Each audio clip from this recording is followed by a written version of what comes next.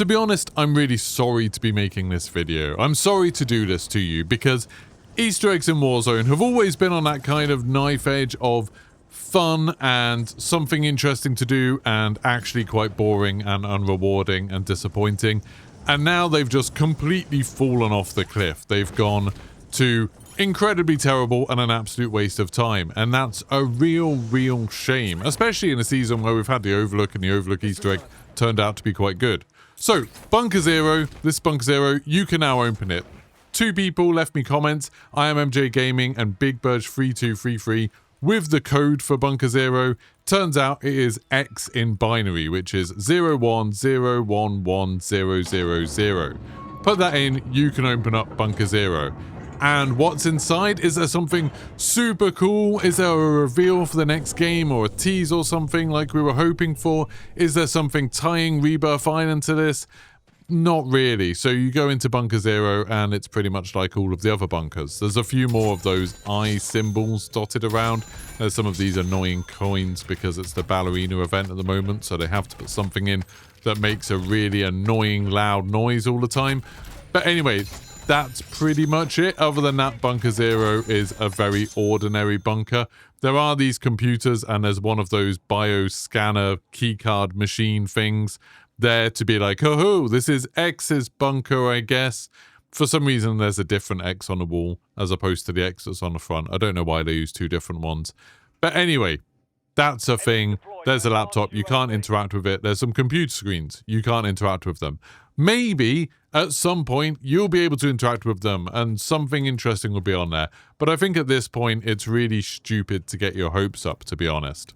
Now, some of you might remember from my video the other day that the reason getting into Bunker Zero was such a big deal is that it was challenge 19 on a list of 30 challenges that you can see on computers in police stations, and we hadn't solved it. We didn't know what it was, so all the people who were super into Easter eggs were up to 29 out of 30 challenges completed, and we couldn't work out how to do the last one, and we were all trying to work out, you know, how do we get into Bunker Zero, but then also, what's the reward going to be? What are you going to get for completing 30 different secrets in Warzone? You have to open up all of the bunkers to do this. You have to complete all of the Easter eggs, except for the Overlook Easter egg, which I'll talk a bit more about that in a second, why that's kind of interesting.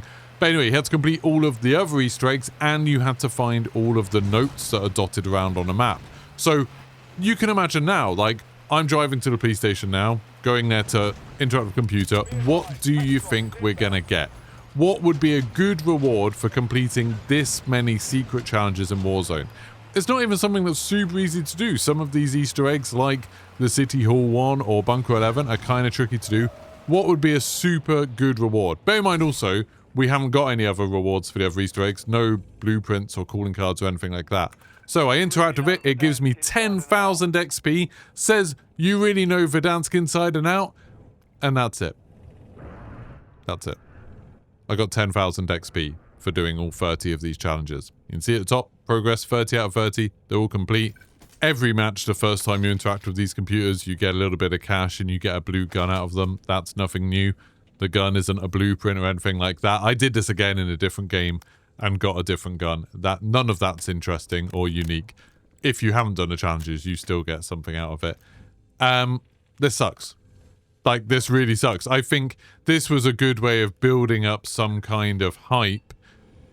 We hadn't had any proper rewards for any of the Easter eggs that had come back. You know, there wasn't the Mud Drawber blueprint in Bunker 11.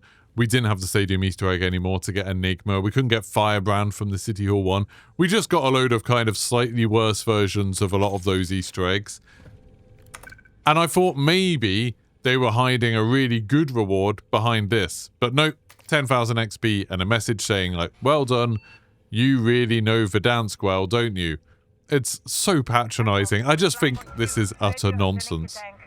Again, maybe sometime in the future this will be used. Maybe they'll find some way of rewarding people that have these machines set to 30 out of 30. Maybe something in the bunkers will happen, who knows. But at this point, I genuinely don't think so. I think this is it. Like, this is all there is to it, is you can complete these 30 challenges if you want, and you'll get some XP. Not even a lot of XP, really. You know, compared to the amount of XP you'll get just from completing all of the challenges while you do them. Now, I mentioned why it was interesting that the Overlook Easter egg wasn't on here. While we didn't know whether Bunker Zero could be opened or not, I actually reached out to Matt Kreistek, who is the creative director of High Moon Studios. So they're the people that made the Overlook update. You know, they made the big tower and everything. Also the team that made Fortune's Keep and Ashika Island. Really good at Easter eggs, make some really interesting Easter eggs.